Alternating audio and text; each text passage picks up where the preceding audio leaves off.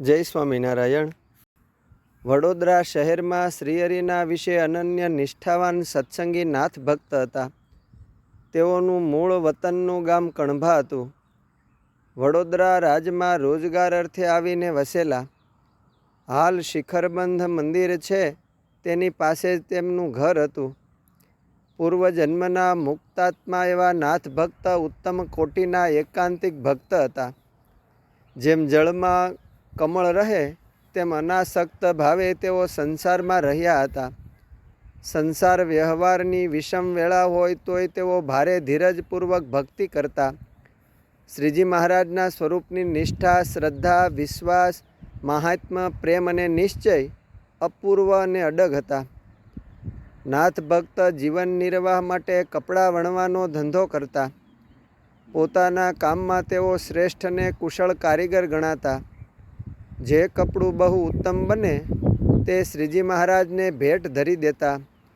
રેશમી, જરિયાની કે સોનેરી કોઈ કપડું ઉત્તમ પ્રકારનું બન્યું હોય તો બીજાને બતાવીને કહેતા કે જો આ કપડું તમે મહારાજને ભેટ મોકલો તો હું મજૂરીના પૈસા નહીં લઉં. આ રીતે તેઓ પોતે સેવા કરતા અને બીજા પાસે પણ હર વખત સેવા કરાવતા. પોતાના ધંધા રોજગારમાંથી જે ધન મળતું તેમાં પરમ સંતોષપૂર્વક કરકસરથી કુટુંબનો વ્યવહાર ચલાવતા. એટલું જ નહીં પણ કમાણીના અડધો ભાગ તો ધર્મ કાર્યમાં વાપરતા. જ્યારે વડોદરા શહેરમાં મંદિર ન હતું ત્યાં સુધી સદગુરુ ગોપાળાનંદ સ્વામી આદિ સૌ સંતો મંડળ સાથે નાથ ભક્તને ઘેર ઉતારો કરતા. ગોપાળાનંદ સ્વામીએ તો નાથ ભક્તના ઘરે વિશાળ ચોકમાં પીપળા નીચે અનેકવાર મોટી મોટી સભાઓ કરી ઐશ્વર્ય પ્રતાપ જણાવીને વડોદરામાં સત્સંગનો પ્રચાર કર્યો હતો. એક વખતે નાથ ભક્ત વડોદરાથી ગઢપુર શ્રીજી મહારાજના દર્શન કરવા આવ્યા હતા. ગઢપુરમાં રહીને મહારાજ પાસે 5 દિવસ રહી દર્શન સેવા સમાગમ કરી પ્રભુની આજ્ઞા માગી ઘેર જવા માટે રસ્તે ચાલતા થયા. થોડું ટાણું વીતતા શ્રીજી મહારાજને કાંઈ કામ સાંભળી આવ્યું. તે નાથ ભક્તનું કામ પડ્યું. તે એક પાર્ષદને મોકલીને કહ્યું કે તમે ઝટ જઈને નાથ ભક્તને પાછા બોલાવી એમને બોલાવીને તરત જ પાછા આવજો. એ સુણીને એ તો નાથ ભક્તની પાછળ ચાલતા થયા. નાથ ભક્ત તો ઉતાવળી ચાલે ચાલતા હતા. તે બેઉ વચ્ચે ઘણું અંતર પડી ગયું. એમ ચાલતા ચાલતા વડોદરાને પાદર વિશ્વામિત્રી નદીને કિનારે નાથ ભક્ત નાહી ધોઈને પૂજા કરતા હતા ત્યાં બેઉ ભેળા થયા. ત્યારે મહારાજનો સંદેશો એ ભક્તએ નાથ ભક્તને આપતા કહ્યું કે તમને મહારાજે પાછા ગઢડે બોલાવ્યા છે. શ્રીજી મહારાજની આટલી જ આજ્ઞા સાંભળી નાથ ભક્ત પોતાનું ઘર નજીક હતું છતાં ઘેર આંટો મારવા પણ ન ગયા. તેમ કોઈ સાથે સંદેશો પણ ન કહેરાયો ને તુરત જ ત્યાંથી જ પાછા વળીને ગઢપુર શ્રીજી મહારાજ પાસે આવ્યા ને પગે લાગીને પૂછ્યું કે શી આજ્ઞા છે મહારાજ? ત્યારે પ્રભુએ પૂછ્યું કે તમે ક્યાંથી પાછા વળ્યા? ત્યારે નાથ ભક્તે કહ્યું કે વિશ્વામિત્રીના કિનારા પરથી. મહારાજે પૂછ્યું તમે ઘેર ગયા હતા? ના મહારાજ.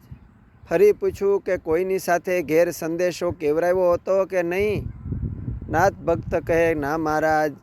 ત્યારે મારા મનમાં એમ થયું કે ભગવાન બોલાવે છે તેમાં વચ્ચે બીજા ગોટાળા વાળવા શા માટે ખોટી થવું?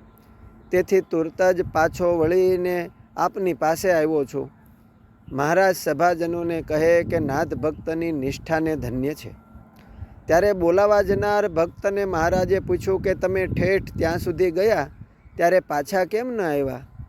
ત્યારે તે કહે કે મહારાજ આખી જિંદગી દેહને સગા કુટુંબીઓ માટે રાત દિવસ ધોળા કરીએ છીએ ત્યારે આ તો લેખે છે.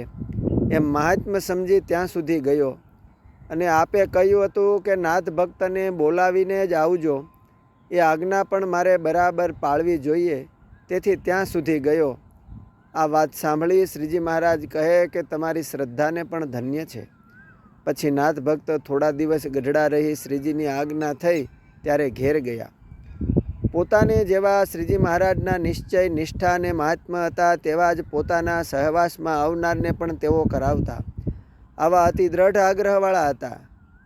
ગઢડા મધ્ય પ્રકરણના 59માં વચનામૃતમાં નિશ્ચયમાં ડગમગાટ ન થાય તેવા હરિભક્તોના નામ લખ્યા છે. તેમાં નાથ ભક્તની પ્રથમ ગણના કરવામાં આવી છે.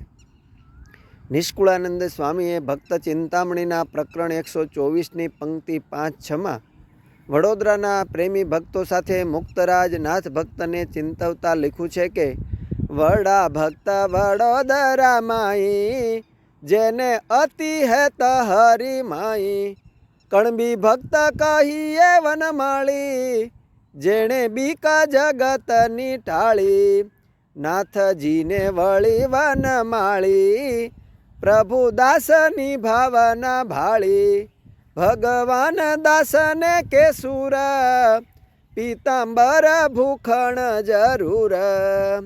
અસ્તુ. જય સ્વામિનારાયણ. શ્રી ભક્ત ચિંતામણીના મુક્તોના ચિંતનમાંથી